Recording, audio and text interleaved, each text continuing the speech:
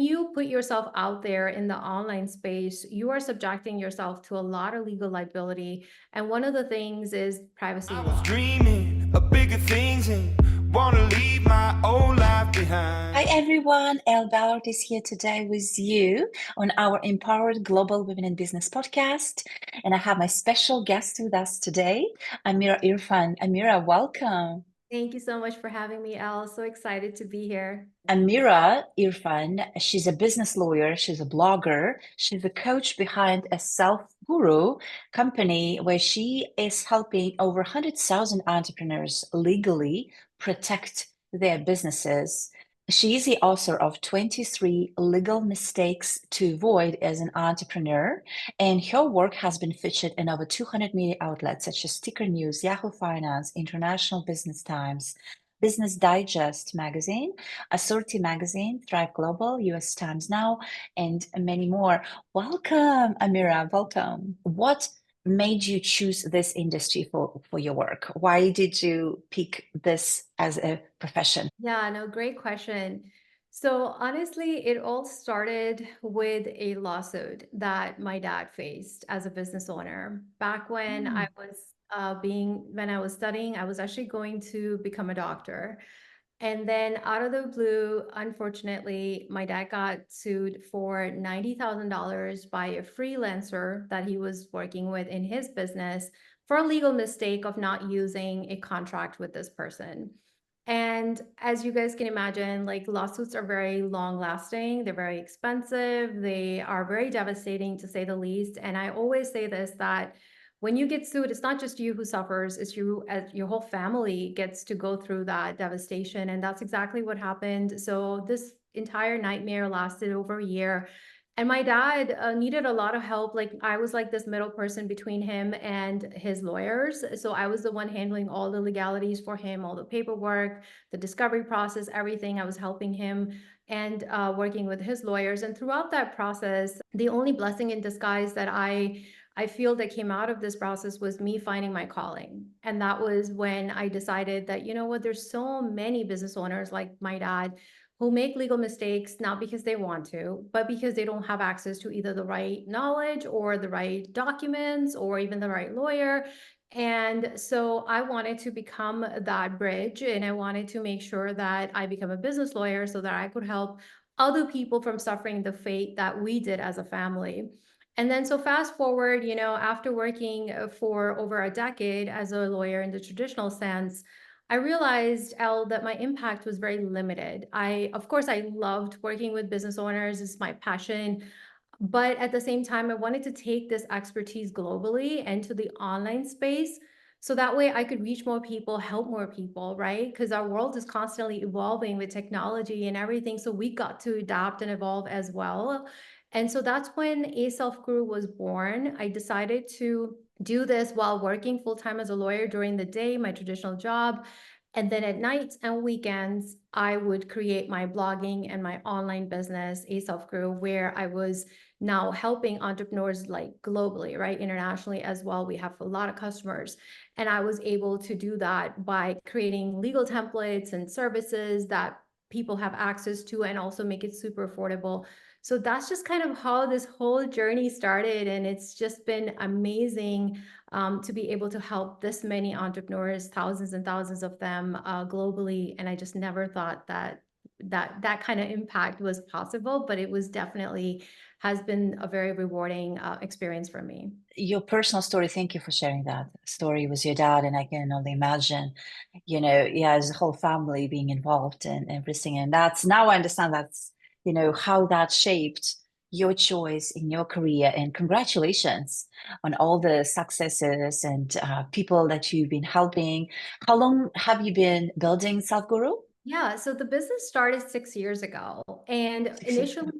it was initially the first couple of years, I was literally burning myself out because, as a lawyer, going to work in the mornings, coming back at night. Yeah. So I was working 16-hour shifts literally to build this business. And then when I know that I made, a certain amount of money in a month, I was like, okay, I have to quit my job because now I really have to dedicate full time to the entrepreneurship part of me, and that's what I did. So I quit my job so that I could become a full-time entrepreneur, have more balance and more harmony, and of course, more impact.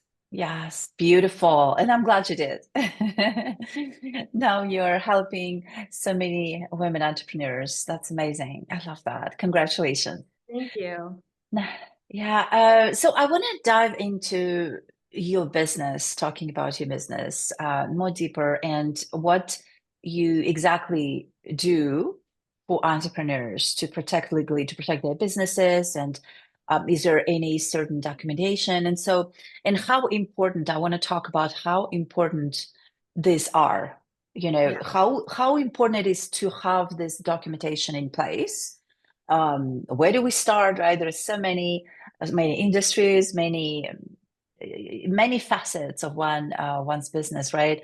Can you walk us through where, if I started my business, if I'm an entrepreneur, where do I start, right? With all this legal documentation. Yeah. And I know you have a free legal guide as well, and we will be posting a link to that in the comments, whether you are watching it on YouTube video or listening to the podcast. We will post a link to that free legal guide as well that Amira provided.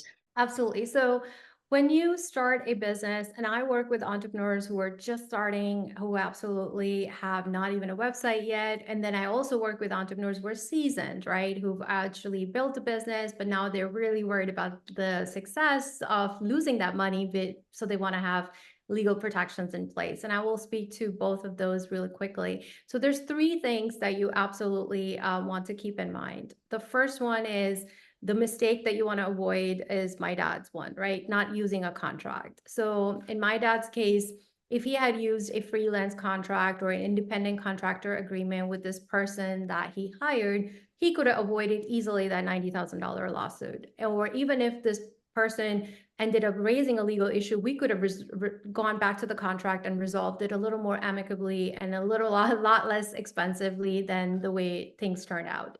So the first tip for you is that no matter what industry you're in, you need to think about, like, what are the contracts that I'm going to need for my particular business? So for example, if you're a coach, you're going to need a coaching agreement. If you're a blogger, you're going to also need certain agreements related to your blogging niche.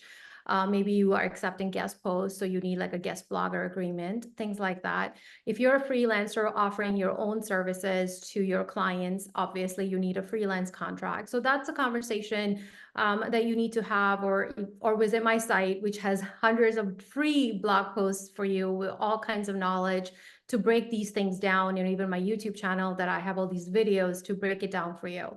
The second mistake I see entrepreneurs making is that they'll create a website, but they will not take the time to understand their legalities or the legal requirements. When you put yourself out there in the online space, you are subjecting yourself to a lot of legal liability. And one of the things is privacy laws. I'm sure, Elle, that you've probably seen in the last few years, all these privacy new requirements, laws getting more strict, all these different businesses updating their policies to reflect those changes. Privacy law is something that we all have to comply with, no matter where you are in the world. So there's different data protection laws and different agencies that regulate them. And then if you're not in compliance, I have seen business owners get sued or get audited, and then they get fined. So you want to make sure that you have a proper privacy policy posted on your site that's compliant with all these different laws. There's quite a few, and this could be a whole new conversation of its own. So I will not overwhelm you, but there are different laws that you have to comply with. So make sure you have a policy written by a lawyer. You don't have to necessarily pay thousands of dollars to have a lawyer custom write it, but at least get a template from a lawyer like me or somebody else that will give you the appropriate protection and the language. The third thing you also have to keep in mind is disclaimers. A lot of people will share all this valuable information, but then they don't protect themselves from liability when somebody can rely on that information and come after you for legal damages. I'll give you my example. I share a lot of legal tips for free. Even this conversation today, I'm sharing a lot of legal tips with you, but does that mean I'm now giving you legal advice? No. It just means that I'm sharing these valuable tips, but what you do with this information is your responsibility, right? I don't want you to come after me for legal damages just because I shared all this valuable information on my website or in my videos. And next thing you know, you're going to be like, oh, Amira said this, so I'm going to go after her. And believe me, that happens. So you want to protect yourself. And that's why my site has those disclaimers, legal disclaimers. But no matter what niche that you're in, maybe you are a health and fitness coach, or maybe you're a financial advisor, you need to put those appropriate disclaimers so that way your audience or your readers or your customers are not going to come after you because they suffered a negative consequence after relying on that information. So that's something to keep in mind. You want to tailor those disclaimers to your particular niche and have those three things. Again, there's quite a few different things that I could go into, but then, I don't want it to be overwhelming. But another last thing I would mention is that also separate your business, especially if you're in the US. You probably want to have a legal entity like an LLC or something. So that way your personal assets like your home, your cars, and your bank accounts are protected. And then I also, as Elle mentioned, I have a free legal guide, which is going to break down things for you in a lot more detail and also give you solutions. So I highly encourage that you download that guide, and it works for you no matter what stage of your business you're at. Beautiful. Thank you for covering all of that. Yeah, that's quite a bit, but also it's all digestible information, right? It's all Yes. straightforward. We know it's just, I think it's easy to get overwhelmed because we are acting as a salesperson when we build business, when we start business. So I love the work you do, helping entrepreneurs understand what is needed in the first place and starting with the basics. But yes, again, if there are any questions, connect with Amira. She'll be um, able to help you, our listeners. I want to move us to the lessons now that you have started building your business as an entrepreneur yourself. What are some of the lessons in the last 6 years of building it that maybe one big lesson that, and I can imagine there's so many, I know I have so many, um, and it's never ending, right? It never ends. But yeah, if you could share with us one of the lessons that you learned building a business as a woman entrepreneur Mhm. in the legal field too. Mhm. Yeah, absolutely. So I would say that building an entrepreneur and I mean, being an entrepreneur and building this business is really honestly the highest form of self-development for me. I've had to learn how to take risks. I have had to learn new skills. When I started this business, I didn't know anything about online world, like how to start, where to start. So learning all those things, problem solving, creating solutions for my customers, like in the most efficient, less costly way, like templates so that they can get those accesses. And in between this whole process, I feel like you meet your highest version and then you meet your ugliest version, which is like, Yes. which has doubts, right? Whenever I launched a new product, like a legal template or a legal bundle, there's always doubt, right? That's that, Yeah. oh, is it going to be the best solution? Will people like it? Will they buy it? All kinds of things. So you do have to overcome those self-limiting beliefs. And I would say that, for me, honestly, building that resilience, because entrepreneurship is not like a straight line. There's highs, there's lows, there's highs, there's lows. It's not as safe as like having a job. I'm not saying jobs are safe. You could get fired, you could get laid off, but still there's that at the end of the day, there's that little bit of security blanket, like, oh, I'm going to get my paycheck. But entrepreneurship is not like that. You have to navigate the ups, the downs, the income going up, the income going down, or even, stabilizing or whatever. And I'll share one story with you of like resilience and bouncing back, and that kind of amazed me too, and my abilities. Is like, I remember it was like my second year of business, that it was New Year's Eve. I had spent almost a year creating a legal bundle that people could download to protect their website, their business. Very successful product, got me six figures. And then I don't know, I made a mistake and I ended up deleting something on the back end of one of my programs where this bundle was hosted, and I deleted everything and I couldn't recover it. They didn't even have a recovery process. So I lost everything in a split second. I lost everything I had created for a couple of years. So Imagine, and that too on New Year's Eve when it's like really busy, people are excited to launch their business, so they need to protect their business and they're buying all these bundles. I'm getting like inundated with emails like, okay, we can't access your site anymore. We can't, where's this product? I want to buy it, you know? I'm losing money and I'm just under so much stress and turmoil that I can never explain. And then I don't know, like I'm just like, oh my God, I lost everything, you know, because that was my business at the time, that one legal bundle. And now since then I have like 25 different templates and bundles, but at the time that was my baby.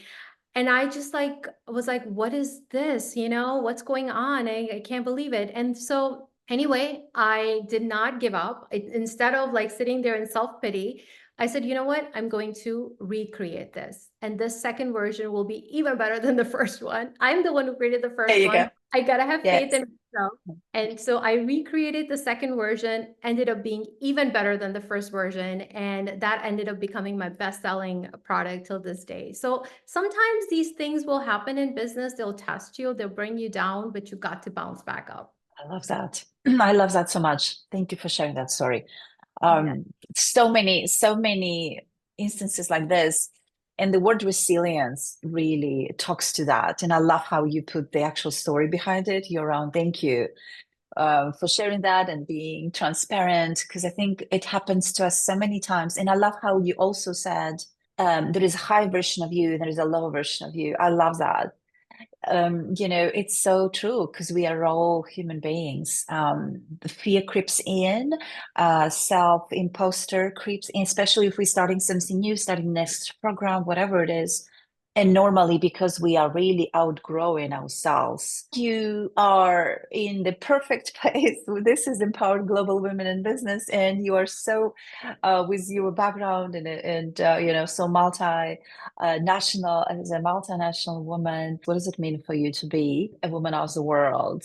Yeah, that's a great question. So I come from a very diverse background with my parents from totally different countries. And I also serve, my work has been featured internationally. So I work with international customers all the time. That's just how I've got that global mindset.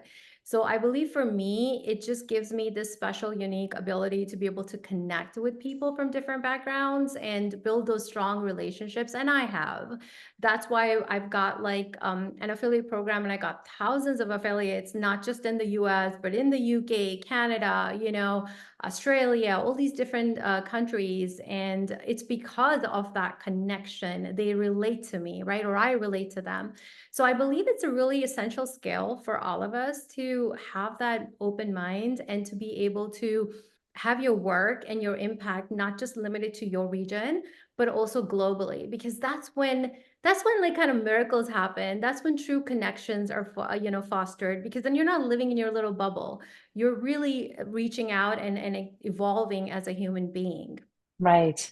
Yes, beautiful. Thank you. Yes.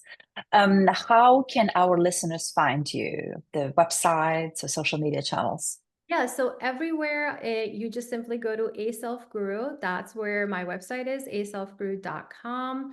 My YouTube, Instagram, everywhere. Definitely come say hello on Instagram. I post all kinds of juicy stuff, inside information, and of course YouTube if you love to learn through videos. Now, I want to move us to the final part of our conversation today, rapid fire questions. Okay, your favorite book name is? I would say Million Dollar Habits by Brian Tracy. It shows you Mm. like what are some of the habits of self-made millionaires, so you could become one. Yeah, that's a good one. Beach or mountains? Beach. I live in Florida, so beach. Love it. Favorite international destination to visit? So this one is hard. I've got so many. I would say Mexico and Dubai. Nice. Summer or winter? Definitely summer. And the final one is things that you have discovered about yourself recently.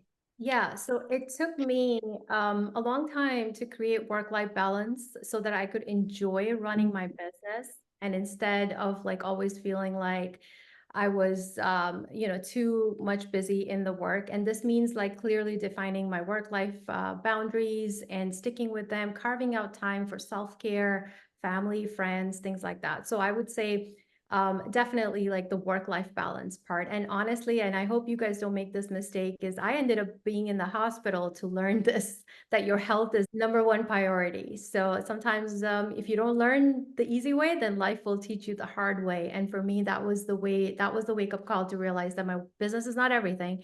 It's that balance, it's that harmony, which is everything. Yes, thank you for sharing that. So important, so important. Yes, and sorry that happened to you, but it's so true that if life knocks and shows us and we don't hear the message, it really shows us, right? I yes, but thank you for sharing those. Absolutely, and thank you again for being on our podcast today, Amira. Is there anything else that you want to share? Yeah, sure. I would say that if one thing I have learned from my dad's experience and also by working with thousands of entrepreneurs is that legal is the glue that holds your business together. So I would always encourage everyone that have that strong foundation so that legal protections in place from the very beginning so that you can continue building the business of your dreams. And I know this not just as a lawyer, but after building my own business, I have also implemented those protocols very early on in the process. So that way, again, at the end of the day, you want to have peace of mind. And what good is building a business that is weak or does not have that foundation? So that's something that you should keep in mind. Thank you so much, Mira, and thank you for taking the time. You're very welcome. Bye, everyone.